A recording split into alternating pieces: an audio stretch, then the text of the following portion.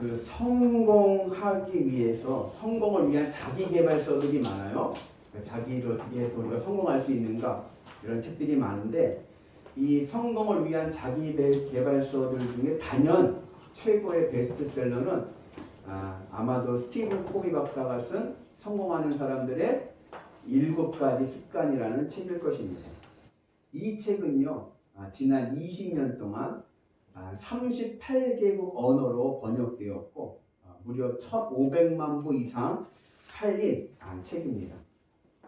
그런데 2011년도에 사회학자이자 문화비평가인 미키 맥기라는 분이 자기 개발의 덫이라는 책을 썼는데 그 책에 나오는 내용을 보면 이런 내용이 있어요. 그렇게 성공을 위해서 성공하는 것에 대해서 책을 썼던 이 스티븐 코비가 파산을 했습니다. 망한 거예요. 이분이 이 성공하는 사람들의 7가지 습관이라는 이 책 한 권만으로 이분이 책을 많이 쓰셨는데 그 중에 이 책 한 권만으로 얻은 수익이 연간 7천만 달러, 우리나라 돈으로 한 800억 정도씩 수익을 얻었어요. 그렇게 한 20년을 얻었다 보면 엄청난 금액의 소득을 얻은 거 아닙니까? 그런데 이분이 파산을 했습니다.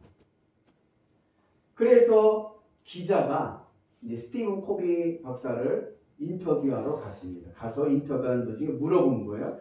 당신은 많은 사람들에게 성공에 대한 영감을 불러넣은 사람인데 어떻게 파산하게 되었습니까? 그렇게 물었습니다.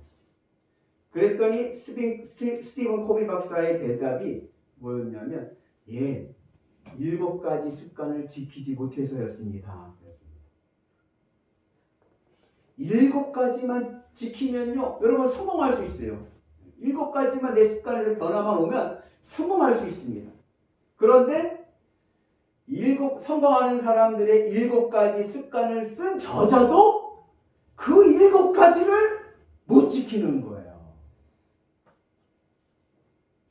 7가지만 지키면 되는데 그게 쉽지가 않습니다. 오늘 말씀은 성공하는 비결에 대해서 말씀합니다. 그런데 이 비결은 7가지도 아니고 단 한 가지.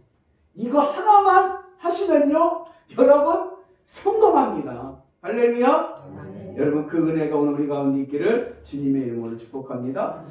오늘은 부활절 후 첫 주입니다. 그죠? 지난주가 부활절이 있고 오늘 이제 부활절 첫 주인데 이 부활절 후 첫 주에는 별칭이 있어요. 별명이 있어요. 이번 주일을 뭐라고도 부르냐면 도마의 부활절이라고도 부릅니다. 도마의 부활절이라고 부르는 이유는 도마가 부활해서가 아니라 도마가 부활하신 예수님을 믿게 되었기 때문에 부르는 별칭입니다. 도마는 부활하신 예수님을 만난 제자들이 예수님이 부활하셨다라고 말할 때 그 사실을 믿지 않았습니다. 그리고는 뭐라고 해요? 내가 직접 보고 내가 직접 만져보고야 믿을 수 있다라고 이야기를 합니다. 우리 같이 읽습니다. 다른 제자들이 그에게 이르되 우리가 주를 보았노라 하니 도마가 이르되 내가 그의 손에 못자국을 보며 내 손가락을 그 못자국에 넣으며 내 손을 그 옆구리에 넣어보지 않고는 믿지 아니하겠노라 하니라. 그리고 부활하신 예수님께서 도마에게 나타나셔서 내 손을 내밀어서 내 손의 못자국과 옆구리의 청자국을 만져보고 믿는 사람이 되라 말씀하십니다. 우리 같이 있습니다. 도마에게 이르시되 내 손가락을 이리 내밀어 내 손을 보고 내 손을 내밀어 내 옆구리에 넣어보라. 그리하여 믿음 없는 자가 되지 말고 믿는 자가 되라. 이렇게 말씀하십니다. 그리고 도마는 그 자리에서 나의 주님이시여 나의 하나님이시니이다 이렇게 고백을 하고 이때 예수님께서 하신 말씀이 오늘 우리가 읽은 요절의 말씀인데 같이 읽습니다. 예수께서 이르시되 너는 나를 본보로 믿느냐 보지 못하고 믿는 자는 복되도다 하시니라. 이 29절의 말씀이요 요한복음의 결론입니다. 사도 요한이 요한복음 1장 1절부터 지금까지 계속해서 기록하고 있는 이 요한복음의 목적이 뭐냐? 바로 이 말씀을 위해서 기록하고 있는 거예요. 본고로 믿느냐? 보지 못하고 믿는 자들은 복되도다. 그래서 요한복음은 21장까지 있어요. 21장까지 있는데 21장 마지막이 아니라 이 말씀 이후에 이어지는 30절, 31절에서 이 사도 요한은 요한복음을 기록한 목적을 이야기합니다. 여기 결론이 나왔기 때문에 자신이 요한복음을 쓴 목적을 21장 마지막 장에 쓰지 않고 이 말씀 바로 뒤에 기록합니다. 우리 같이 있습니다. 예수께서 제자들 앞에서 이 책에 기록되지 아니한 다른 표적도 많이 행하셨으나 오직 이것을 기록함은 너희로 예수께서 하나님의 아들 그리스도이심을 믿게 하려 함이요 또 너희로 믿고 그 이름을 힘입어 생명을 얻게 하려 함이니라. 요한복음을 쓴 목적인 사도 요한이 왜 요한복음을 썼느냐? 이 요한복음을 읽고 예수님이 하나님의 아들 그리스도이심을 믿게 하기 위해서, 예수님이 하나님의 아들 그리스도이심을 믿게 하기 위해서 이 요한복음을 쓴 거예요. 그리고 그로 인해서 뭐야? 생명, 영원한 생명을 얻게 하기 위해서 이 책을 쓴다라고 말씀하십니다. 그러면서 이 말씀을 이 29절 뒤에 하시는 이유는 이 부활하신 예수님과 도마와의 대화 속에서 나온 이 29절의 말씀이 바로 요한복음의 결론이기 때문에 그렇습니다. 요한복음의 결론이 무엇인가? 바로 보지 않고 믿는 것입니다. 보지 않고 믿는다는 것은 무슨 얘기냐면 눈으로 본다는 게 아니라 이제는 마음으로 보라는 얘기예요. 마음으로. 예수님을 마음으로 보는 것이 요한복음의 결론입니다. 복음서에서 도마는 딱 3번 나옵니다. 그것도 요한복음에만 나와요. 이름은 다른 복음서에도 나오지만 도마가 활동한 것에 대해서는 요한복음에서만 기록하는데 요한복음 11장에 처음으로 도마가 나옵니다. 내용이 어떤 배경이냐면 예수님께서 예루살렘에서 말씀을 전하실 때에 유대인들이 예수님을 돌로 쳐 죽이려고 합니다. 그래서 예수님과 제자들이 이 유대 지역을 떠나서 예수님께서 세례 요한에게 세례받으셨던 요단강 건너편으로 오십니다. 유대인 지역을 떠나오신 거예요. 돌에 맞지 않기 위해서 피신을 하십니다. 그리고 그곳에 있을 때 무슨 소식을 듣냐면 예수님께서 사랑하고 아끼시던 나사로가 죽을 병에 걸렸다라는 얘기를 듣습니다. 이 나사로가 사는 곳이 어디냐? 베단인데 베단이는 예루살렘 근처에 있는 마을, 예루살렘에서 3km 정도밖에 떨어지지 않은 마을입니다. 예수님께서 나사로를 고쳐주시기 위해서 베단이로 가시려고 하니까 제자들이 예수님 가면 죽습니다. 가면 돌에 맞아 죽습니다. 안 됩니다. 그렇게 예수님을 만류합니다. 그때에 도마가 제자들에게 한 말이 뭐냐? 우리도 주와 함께 죽으러 가자. 야, 뭐 죽는 걸 두려워. 주님이 가신다고 하면은 같이 가는 거지. 우리도 죽으러 가자. 이렇게 이야기합니다. 참 멋있지 않습니까? 제자로서. 이렇게 도마가 굉장히 용기 있는 제자입니다. 두 번째는 어디 나오냐? 요한복음 14장에 나오는데 예수님께서 무슨 말씀을 하시냐면 예루살렘에서 고난받으실 것을 말씀합니다. 예수님 고난받으실 것을 말씀하니까 제자들이 걱정을 하는 거예요. 우리는 승리를 위해서, 영광을 위해서 예수님을 따라왔는데 예수님은 고난받으실 것을 말씀하니까 겁이 나지 않습니까? 그러니까 제자들이 걱정을 하는 거예요. 그때 예수님께서 뭐라고 말씀하시냐면 너희는 근심하지 말라. 하나님을 믿으니 또 나를 믿으라. 이런 말씀을 하십니다. 그러면서 예수님이 가실 길, 천국의 길이죠. 한 예수님이 가실 길에 대해서 말씀을 하십니다. 그때 도마가 불평 어린 말을 합니다. 이런 말을 합니다. 같이 있습니다. 도마가 이르되 주여 주께서 어디로 가시는지 우리가 알지 못하거늘 그 길을 어찌 알겠사옵나이까. 도마가 예수님이 가시는 길에 대해서 말씀하는데 도마가 도저히 이해가 안 돼요. 예수님께서 죽으시겠다는 것인지 살겠다는 것인지 우리를 보호하시겠다는 것인지 버리시겠다는 것인지 도대체 예수님이 하신 그 길이 뭔지를 잘 모르겠습니다. 이렇게 이야기를 합니다. 그때 예수님께서 아주 명확한 유명한 말씀을 하시죠. 같이 있습니다. 예수께서 이르시되 내가 곧 길이요 진리요 생명이니 나로 말미암지 않고는 아버지께로 올 자가 없느니라. 그러니까 도마의 이 두 번의 등장을 통해서 우리가 좀 보게 되는 것은 도마는 굉장히 용기 있는 사람이고 그리고 자기 표현이 확실한 사람입니다. 그냥 마음에 꿍하고 담아두는 사람이 아니라 할 말 다 하는 직설적인 사람이에요. 그래서 오늘 이제 세 번째 오늘 도마가 나오는 말씀에도 보면 도마는 아주 분명한 입장을 취합니다. 그러니까 도마 오늘 이제 말씀의 배경이 8일 전, 오늘 말씀 배경의 8일 전에 예수님이 부활하신 날이에요. 그러니까 예수님과 도마가 만난 날은 월요일입니다.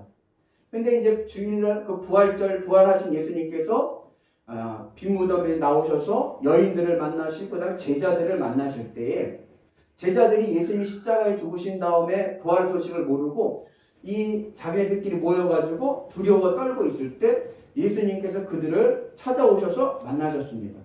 그때 도마가 없었던 거예요. 10명의 제자들만 있었습니다.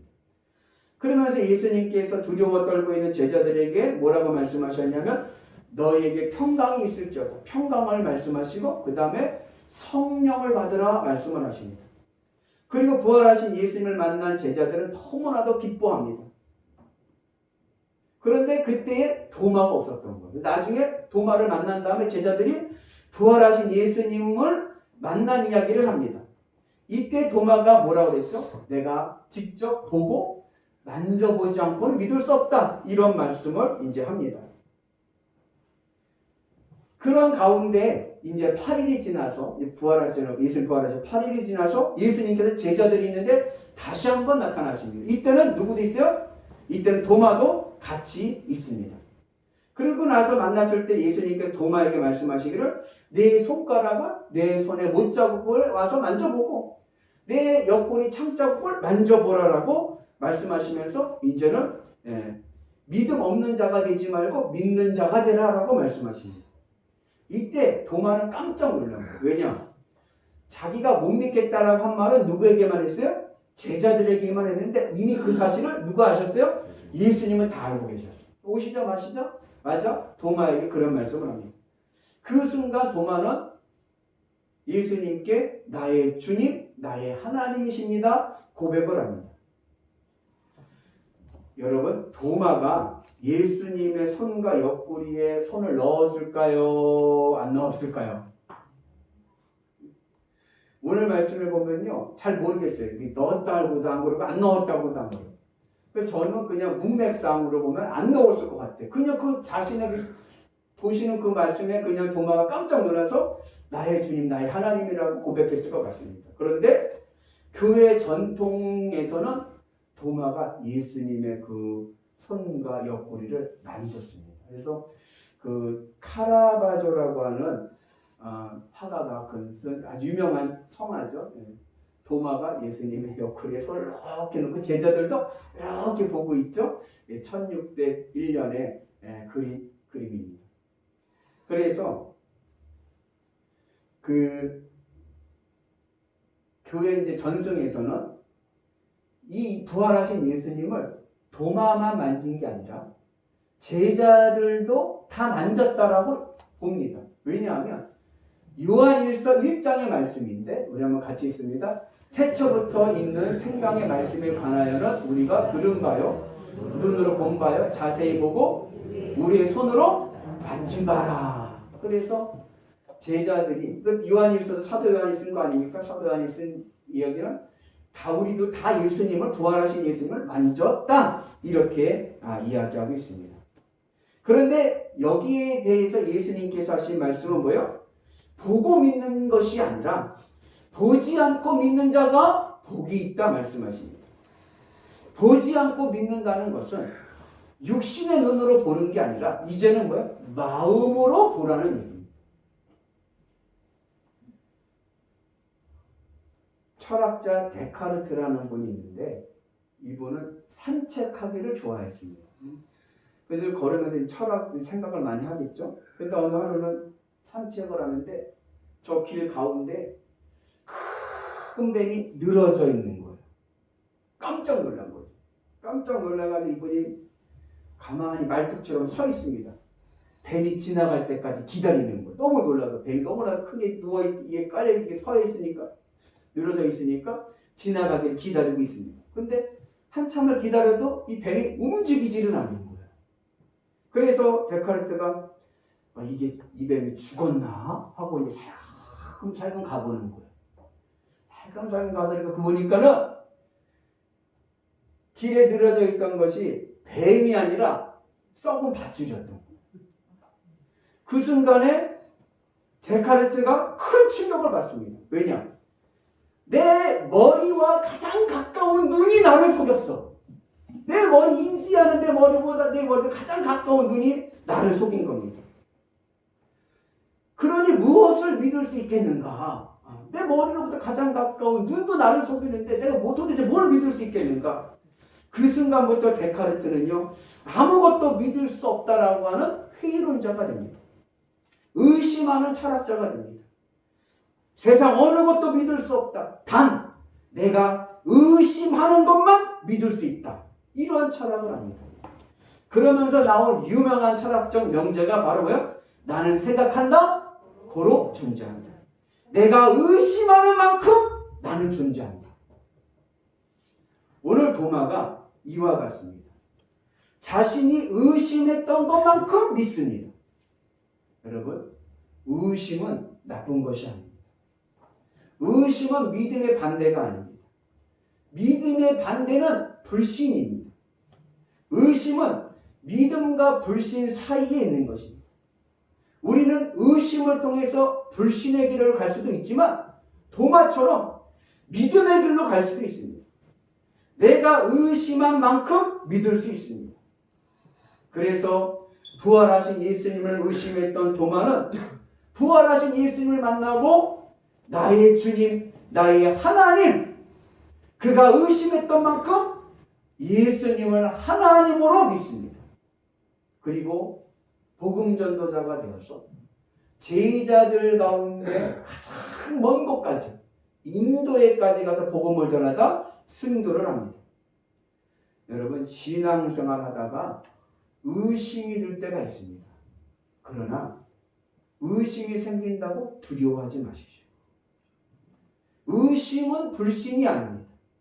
도마처럼 내가 의심한 만큼 믿음의 깊이는 더 깊어질 것이고 더 성숙한 하나님의 사람들이 될 줄로 믿습니다. 그래서 신학교에 가게 되면 이런 말들을 많이 선배님들이 너의 신앙의 집을 다 부셔라. 내 신앙의 믿음의 집을 부시면 어떡해요? 그래야 더 큰 믿음의 집을 질 수 있다. 내가 가지고 있는 믿음의 집이 5층짜리인데 그 위에다가 저봤자 몇 층을 더 증축할 수 있겠습니까? 그러나 내 믿음의 집을 5층짜리를 부시고 땅을 깊이 파가지고 큰 빌딩을 세우면 그 믿음이 더 큰 믿음이 되고 든든한 믿음이 될 수 있다. 그래서 여러분, 의심이 든다고 두려워하지 마시고 그럴수록 더 기도하시면서 주님의 은혜를 구하며 나가면 더 큰 믿음의 사람들이 될 줄로 믿습니다. 사람에게는 세 가지의 믿음의 차원이 있습니다. 첫째는 이성적인 믿음입니다. 사람은 머리가 이해가 되면 믿습니다. 이해되면 믿는. 두 번째는 경험적 믿음이 있습니다. 내가 보고 만져보고 믿습니다. 내가 경험한 것을 믿습니다. 세 번째는 감성적인 믿음입니다. 느낌, feel이 중요합니다. 그래서 이상하게 그냥 마음이 가는 사람이 있어요. 그냥 신뢰가 돼, 이 사람은. 근데 어떤 사람은 이유는 없는데 못 믿겠어. 네. 그런 이 감정적인 믿음이 있어요. 그리고 제4의 믿음이 있습니다. 이것은 신앙적인 믿음입니다. 신앙적인 믿음은 뭐냐? 마음으로 보는 것입니다. 내 마음으로 보는 것이 내가 믿는 것입니다. 지금 내 마음은 무엇을 바라보고 있는가? 무엇이 내 마음에서 1등하고 있는가? 나는 무엇으로 기쁘고 만족하려고 하는가? 그것이 내가 바라보고 믿는 것입니다. 요한복음을 보면 사도 요한은 1장부터 지금까지 예수님의 귀한 말씀들과 수많은 이적들을 기록하였습니다. 그런데 그 핵심 내용이 뭐냐? 부활하신 예수님의 못자국과 창자국을 이제는 마음으로 바라보라는 것입니다. 요한복음이 말씀하는 모든 내용들은 결국 이거 한 가지만 하면 됩니다. 그것은 뭐예요? 마음으로 주님의 십자가를 바라보고 믿는 것입니다. 이것이 요한복음이 말씀하고 있는 핵심입니다. 그리고 이것을 사도 바울에게도 나타나는데 사도 바울이 갈라디아서에서 이와 같이 말씀합니다. 같이 있습니다. 어리석도다 갈라디아 사람들아, 예수 그리스도께서 십자가에 못 박히신 것이 너희 눈앞에 밝히 보이거늘 누가 너희를 깨더냐. 사도 바울이 갈라디아서를 쓸 당시 이미 예수님의 십자가의 사건은 사도 바울이나 갈라디아 교인들에게는 과거의 사건입니다. 그런데 사도 바울이 뭐라고 얘기하냐면 예수 그리스도께서 십자가에 못 박히신 것이 너희 눈앞에 어떻게 보여요? 밝히 보이거늘. 사도 바울은 지금 주님의 십자가를 마음으로 바라보고 있기 때문에 주님의 십자가의 사건이 과거의 사건이 아니라 지금 나에게는 어떻게 해요? 항상 현재적인 사건, 현재화로 나타나고 있습니다. 지금 주님의 십자가로 내 마음이 기쁘고 만족하고 있습니다.